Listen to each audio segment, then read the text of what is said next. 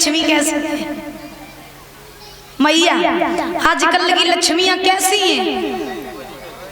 श्रीदेवी सही बात है। आजकल की तो लक्ष्मियां ऐसी हैं कि 100% में बुजुर्गों, आजकल की लक्ष्मियां घरन घरन में ऐसी हैं कि 100% में से केवल 10% ही बिटियां ऐसी रही जो कुल खानदान का नाम रोशन करती हैं, ना बाकी तो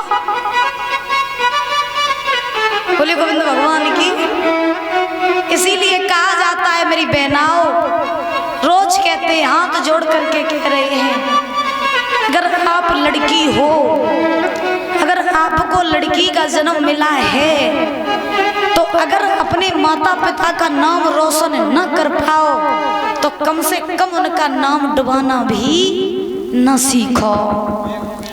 क्योंकि संतान अगर चाहे तो कुल खानदान को बहुत ऊंचा कर दे, और संतान अगर चाहे तो कुल खानदान को इतना नीचा कर दे जो समाज में माँ बाप मुंह दिखाने के लायक ना रहे।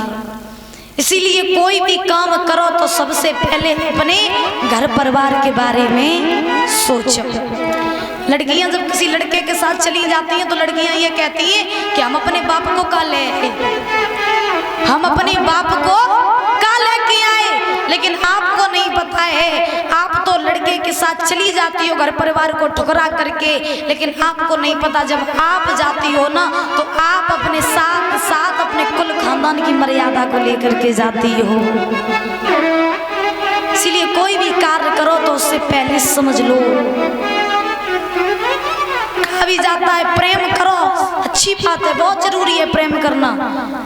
जिंदगी में सब कुछ करो, प्रेम करना बहुत जरूरी है, लेकिन करो तो प्रेम करना, प्यार किसी से मत करना। कल हमने बताया भी था, प्यार अगर होता है तो आपके शरीर से होता है, आपकी धन दौलत से होता है। प्यार जो जब होता है तो उसमें स्वार्थ, उसमें मतलब भरा होता है, लेकिन जब प्रेम होता है तो उसमें निस्वार्थ भाव होता है। प्रेम निस्वार्थ भाव से किया जाता है। करना हो अगर सच्चा प्रेम करो, किसी से प्यार मत करना, लेकिन प्रेम ऐसा करो जो अपने माँ बाप को छोड़ करके कभी मत जाना।